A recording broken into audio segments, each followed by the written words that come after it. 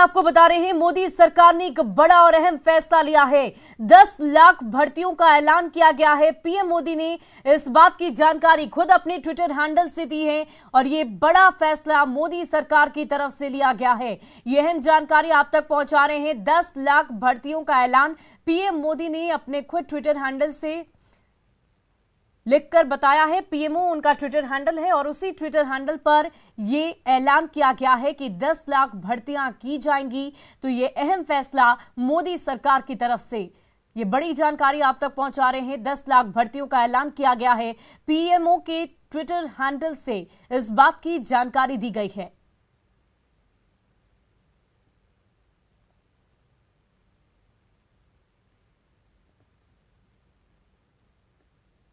तो ये बड़ी खबर आपको बता रहे हैं। 10 लाख भर्तियों का ऐलान पीएमओ ने ट्वीट कर इस बात की जानकारी दी है। मोदी सरकार का ये अहम फैसला और बड़ा फैसला।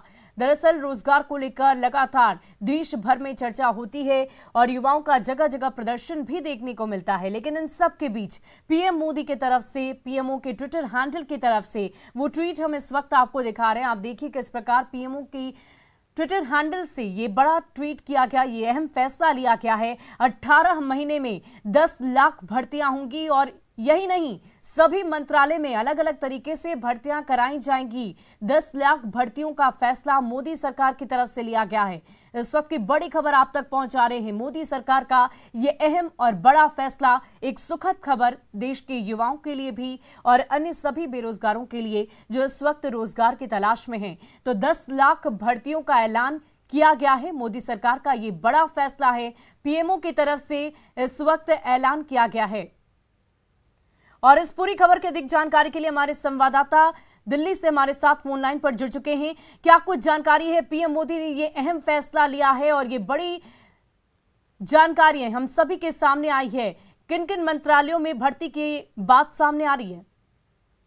देखिए, आपको बता दूं कि केंद्र सरकार ने एक बड़ा फैसला लिया है। खुद प्रधानमंत्री नरेंद्र मोदी ने आज सभी जो विभाग हैं, मंत्रालय हैं, उनमें ह्यूमन रिसोर्सेस को लेकर के उनकी क्या स्थिति है उसको लेकर आज समीक्षा बैठक की, सचिवों से जानकारी ली और उसके बाद मिशन मोड में ये निर्देश दिया कि अगले 1.5 सालों में 10 लाख नौकरियां जो अभी रिक्त हैं उनको तत्काल प्रभाव से भरा जाए। यानी कुल मिलाकर कह सकते हैं कि एक बड़ा फैसला प्रधानमंत्री नरेंद्र मोदी की पहल पर केंद्र सरकार की तरफ से लिया गया है, क्योंकि लगातार जिस तरीके से विपक्ष जो है वो लगातार हमलावर बेरोजगारी को लेकर करती रही है, तो इसको लेकर के प्रधानमंत्री ने साफ कर दिया कि केंद्र सरकार पूरी तरह से इस मुद्दे को लेकर सजग है।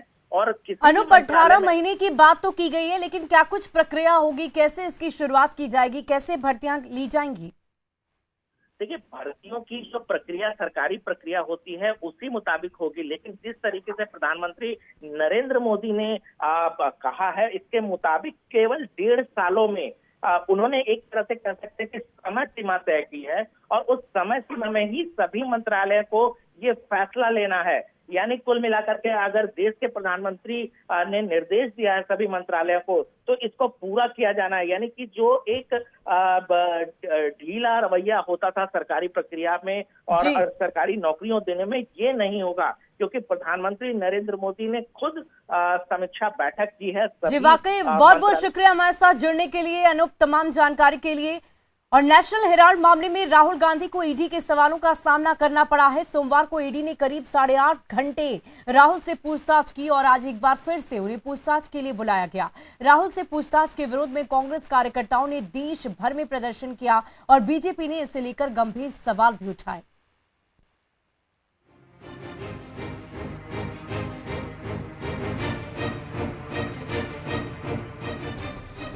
नेशनल हेराल्ड मामले में कांग्रेस नेता राहुल गांधी ईडी के सामने पेश हुए। ये पूछताछ लंबी चली, जिसमें राहुल को दोपहर के खाने के लिए कुछ समय जरूर दिया गया। पूछताछ में ईडी ने राहुल से मामले से जुड़े कई सवाल किए। एक तरफ राहुल गांधी से पूछताछ हुई तो दूसरी तरफ इस मामले में जमकर राजनीति हुई। कांग्रेस ने राहुल गांधी से ईडी की पूछताछ के विरोध में देश भर में प्रदर्शन किए, जिस पर कई जगहों पर कांग्रेस नेताओं और कार्यकर्ताओं को हिरासत में ले लिया गया। इधर बीजेपी ने इस प्रदर्शन के लिए कांग्रेस पर सवाल खड़े किए हैं। जो जेल से बेल पर हैं, उन्होंने घोषणा की है कि आओ दिल्ली को घेरो, हमारा भ्रष्टाचार पकड़ा गया है, एक इन्वेस्टिगेटिंग एजेंसी पर दबाव डालने के लिए। अगर कुछ छुपाना नहीं है तो डर क्यों है? वास्तविक रूप में देखा जाए तो जो आज कांग्रेस पार्टी कर रही है वो जश्न भ्रष्टाचार है, सेलिब्रेटिंग करप्शन।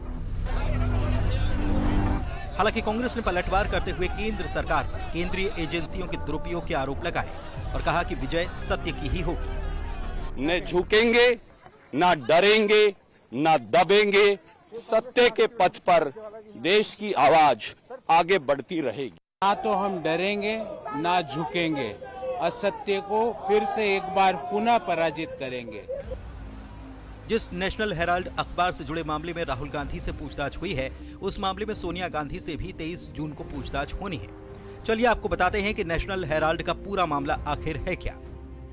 बीजेपी नेता सुब्रमण्यम स्वामी ने 2012 में दिल्ली की पटियाला हाउस कोर्ट में एक याचिका दाखिल की। सोनिया गांधी और राहुल गांधी समेत 6 कांग्रेस नेताओं पर नेशनल हेराल्ड अखबार और उसकी संपत्ति को हड़पने के आरोप लगाए। आरोपों के मुताबिक कांग्रेस नेताओं ने नेशनल हेराल्ड की संपत्तियों पर कब्जे के लिए यंग इंडिया लिमिटेड यानी कि YIL नाम की कंपनी बनाई।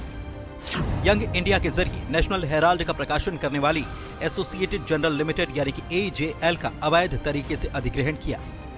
दरअसल कांग्रेस से मिले 90 करोड़ रुपए के कर्ज के बावजूद AJL 2008 में बंद हो गई। 2010 में बनी यंग इंडिया लिमिटेड ने नेशनल हेराल्ड को चलाने वाली AJL का अधिग्रहण कर लिया। इसके बाद कांग्रेस ने AJL के 90 करोड़ रुपए के लोन को YIL को ट्रांसफर कर दिया। कांग्रेस का लोन चुकाने के बदले में AJL ने यंग इंडिया को 9 करोड़ शेयर दिए। और फिलहाल के लिए इस बुलेटिन में इतना ही। आप बने रहे न्यूज़ 18 बिहार झारखंड के साथ।